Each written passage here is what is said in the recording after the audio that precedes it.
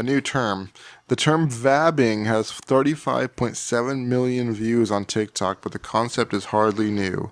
A portmanteau of vagina and dabbing. Vabbing refers to applying your vaginal secretions where you normally would perfume, such as behind your ears, on your neck, or on your wrists. Why on earth would you do that, you might ask? The answer is usually based on some murky science around pheromones, a substance secreted by animals and some insects which makes them more attractive to potential mates. TikTokers are flocking to the platform to share their vabbing experiences, including Julia, I guess, who has created a number of videos about whether vabbing is safe. Yes, whether to vab at the gym and what happened when she vabbed before seeing her ex. Scientists have been trying to find Smells like tapia, or what do you call that? tilapia. Scientists have been trying to find a human sex pheromone for decades, but the research thus far has come up short. There is limited science, mostly positive, but with small sample sizes, with a heterosexual lens, which suggests that copulins in vaginal secretions, particularly during the follicular phase of ovulation, can make women seem more attractive to men. And you can't fake it either. I mean, how would you, LOL? But synthetic copulins had no impact on men's sexual behavior. So that's the science so far. Vabbing could potentially make you seem more attractive to men, and of course it's your body and you can do what you want to. But my question to women who are attracted to men is why? Why we already have don't we already have a long list of things we need to do to be desirable? The messages out there are relentless, and in my opinion, vabbing is just another way to add to this endless list. A little vabble do you? Yeah, I don't know how much I buy the science of vabbing either. I don't think smelling tuna fish is gonna make you fall in love or anything. What's the male version? Maybe you should rub some jizz behind here and be like, ladies, you smell something you like?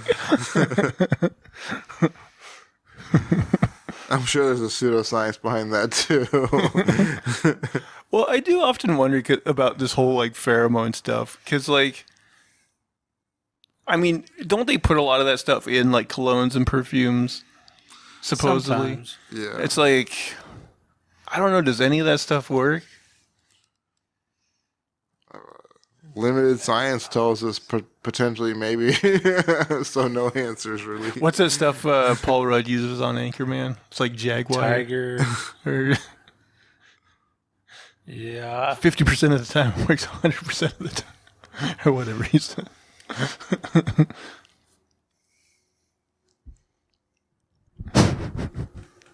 I don't know. Women do the craziest things, man. I heard in Louisiana, they put menstrual fluid inside food to give to men that they're in love with to try to get them it's like a voodoo kind of.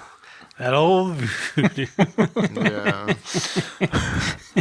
The guys down there, if a girl you like or somebody who might like you makes you spaghetti or anything like that, they say don't eat it. Anything with red sauce, don't eat it. What about brown sauce?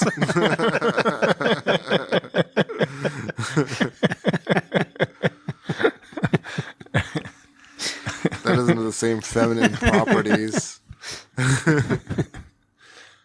And white sauce is a thing too.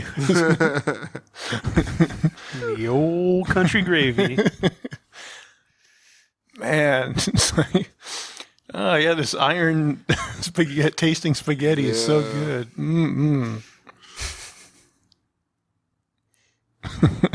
Well, just give myself the chills.